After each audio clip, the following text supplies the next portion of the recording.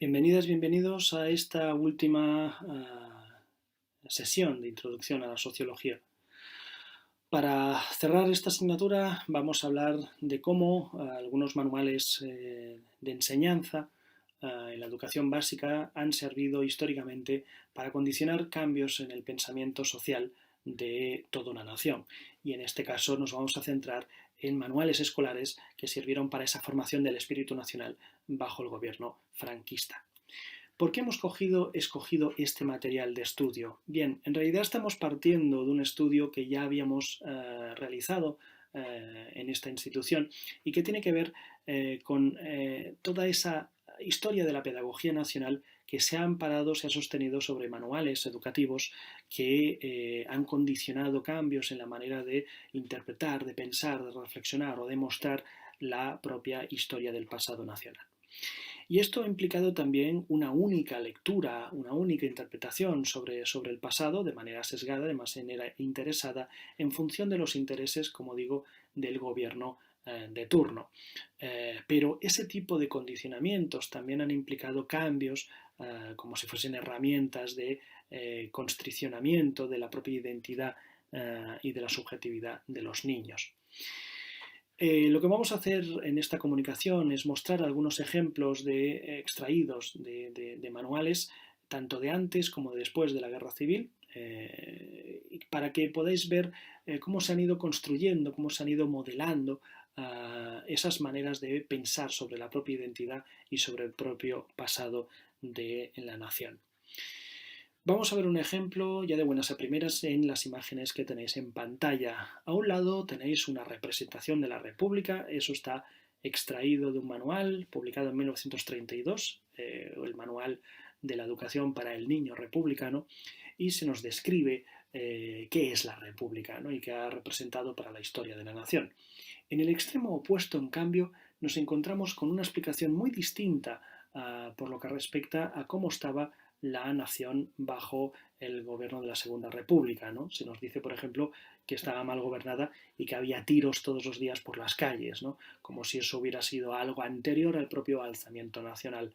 Esto solamente es un ejemplo de lo que nos vamos a encontrar a continuación, ese contraste entre una manera de explicar el pasado y la otra versión que nos encontramos ya bajo el yugo del gobierno franquista. Nuestro interés se preocupó por establecer un análisis comparativo de varios manuales didácticos, tanto de antes como después de la Guerra Civil, y nos quedamos, sobre todo, nos concentramos nuestra atención en esa horquilla temporal que veis en pantalla, entre 1932 y 1966. Pero nos interesaba mucho poder ver los contrastes que se establecían, no solamente con libros publicados bajo el modelo educativo franquista, sino también durante la Segunda República. Y prueba de ello son libros como El Niño Republicano o La Terra Catalana. Sin embargo, seguro que nos pasa desapercibido el hecho de que en muchas de estas portadas, que son, insisto, manuales educativos, ¿no? Se nos refiere la propia historia de España junto a elementos que tienen que ver con ideologías muy concretas, muy particulares. Es ahí donde vamos a poner nuestro máximo empeño, nuestro máximo énfasis, en esa asociación ilícita entre la manera de enseñar la historia, ¿no? Sin ser nada objetiva, y esos otros intereses políticos que sesgan por completo esa interpretación de la realidad nacional. Los objetivos de los cuales parte este estudio son los que ves en pantalla. Queríamos sobre todo ver si habían diferencias significativas en cuanto a la educación regulada tanto antes como después de la Guerra Civil. Eso es algo más que evidente, ya lo veréis. Y sobre todo entender qué criterios son los que se persiguen a la hora de seleccionar unos contenidos en los manuales de historia en detrimento de otros. ¿Por qué se cuenta la historia de una manera y en cambio se obvian o se marginan o se silencian otras cosas, otros episodios nacionales? Además, para poder entender eso, vamos a hacer hincapié en el tipo de recursos gráficos que van a subrayar esas ideas contenidas en los textos de dichos manuales de enseñanza. La hipótesis que queremos demostrar es que la propia enseñanza de la historia del pasado de una nación va a condicionar también modelos de constituir una identidad nacional. Cómo nos vemos a nosotros mismos, cómo vemos a los demás en función de aquello que nos han condicionado desde nuestro propio sistema educativo. Ejemplo muy claro y muy evidente de ello es la portada de este manual educativo, como es Así quiero ser. Así quiero ser fue uno de los manuales educativos aprobados por el régimen nacional católico de Francisco Franco y a las claras se nos asocia ese deseo de ser en la edad adulta, ese así quiero ser, con esos símbolos políticos que llevan directamente a un sesgo claro y esos dos niños uniformados como militares, que es lo que va a condicionar sin ningún tipo de duda el pensamiento de lo que sería esa perfección del futuro, ¿no? Ese futuro idealizado, ese así quiero ser según lo que se me está dictando incluso desde la propia portada de este manual educativo. Quiero ser, en efecto, afín al régimen nacional socialista e incluso tener como ideal ser un militar. Sin embargo, nuestra atención va a estar demarcada sobre todo por lo que respecta a la Enciclopedia Álvarez. La Enciclopedia Álvarez fue un compendio de manuales educativos escritos por este pedagogo, Antonio Álvarez Pérez, y que tuvieron su máximo auge durante los 15 años que veis en pantalla, entre 1952 y 1967. En total, la Enciclopedia Álvarez incluye varios tomos de educación para párvulos, 3 grados de educación básica y un tomo de formación profesional. Y en total implicó 34 millones de ejemplares vendidos en toda la nación. Se trataba de manuales educativos que pasaban de generación en generación, que pasaban de mano en mano y que se sustentaban sobre todo en una metodología memorística, es decir, los textos son muy cortos, muy telegráficos en muchas ocasiones, acompañados de dibujos muy evidentes que a lo que aluden es a un aprendizaje absolutamente memorístico, sin cambiar ningún punto ni ninguna coma y sin posibilidad de un pensamiento divergente, ¿no? de un matiz en absoluto en ninguno de los textos. Eran manuales que habían pasado por una censura oficial, por lo tanto afines al pensamiento, al ideario nacional catolicista, y en muchas ocasiones, como veréis, se denigran muchos de los valores que se habían enseñado previamente en los manuales aprobados por el gobierno de la Segunda República. Se trata de manuales que ensalzan valores éticos, políticos, históricos, incluso comportamentales, que son adecuados o tolerados por el régimen franquista. Vamos a ver a partir de ahora algunos ejemplos de lo que estoy diciendo, extraídos de las páginas de esta Enciclopedia Álvarez, ¿no? Libros que en muchas ocasiones tanto nuestros abuelos como nuestros padres y madres llegaron también a adoctrinar en las escuelas. Nos encontramos con muestras como las que veis en pantalla.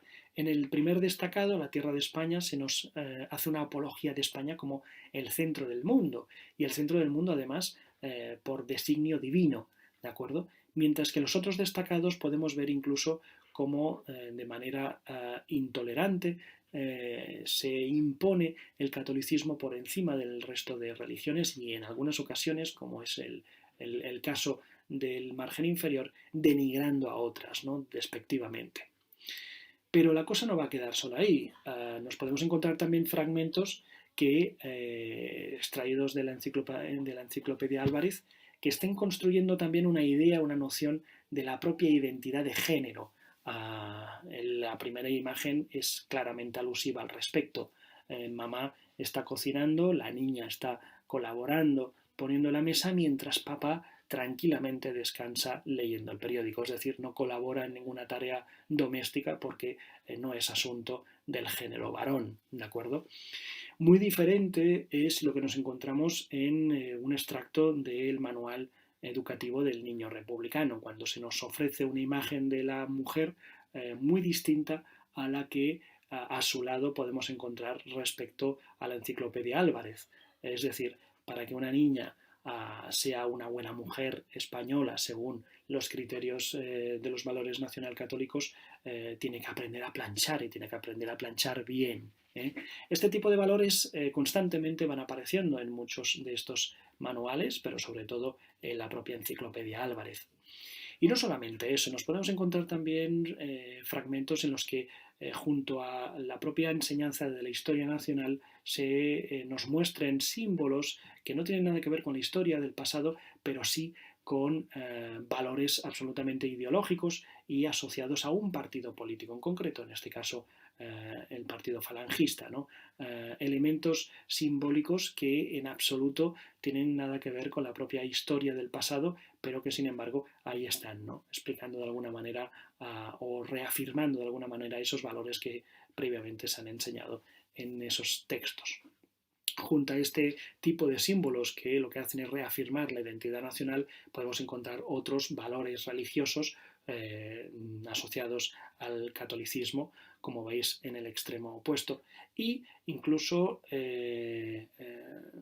cuestiones que tienen que ver con variables raciales, como aparentemente algo tan ingenuo como una caligrafía, un ejercicio caligráfico extraído de los cuadernos Rubio. Algo tan simple y supuestamente inocente como es un cuaderno de caligrafía también puede, como veis, difundir una serie de valores raciales respecto a la propia identidad nacional. La cosa no acaba ahí. No podéis imaginar que este tipo de adoctrinamiento sea algo exclusivo de los libros o de los manuales educativos en las escuelas. No, ese tipo de valores también los vamos a encontrar en otros medios populares, como podría ser las historietas, los tebeos, los cómics, ¿no? Y buena parte de ese tipo de valores los vemos de una manera clarísima en las portadas de estos cómics, de estas historietas aprobadas por el régimen franquista, tanto para niños como para niñas. En el caso de las niñas, como podéis ver en el margen inferior, se espera que sean señoritas sumisas ante el deseo del varón, ¿no? Eres un encanto. Qué bonito título, ¿verdad? No se espera otra cosa de una niña de bien.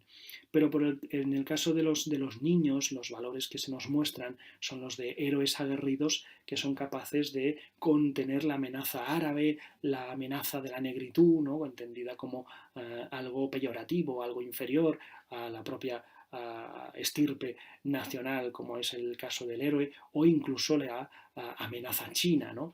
Pensemos que China era una de las potencias internacionales donde el pensamiento comunista estaba más difundido. Entonces, como amenaza que era a nivel político, eso también quedaba reflejado en una historieta. Y no puede ser más evidente en el caso de la última de las portadas que vemos en pantalla, donde los nazis son casi ofrecidos como una figura idealizada, ¿no? Por su afinidad con el régimen nacional católico, mientras también se nos muestran como víctimas de los combativos, de los rebeldes, ¿no? De aquellos que no admiten la invasión nazi. Bien, como veis, esta comunicación sirve también para hacer una reflexión crítica sobre el tipo de mecanismos que se utilizan desde la educación para adoctrinar el pensamiento político de los niños, ¿no? Y las consecuencias que eso pueden tener también para las cuestiones sociológicas en el futuro. Muchas gracias.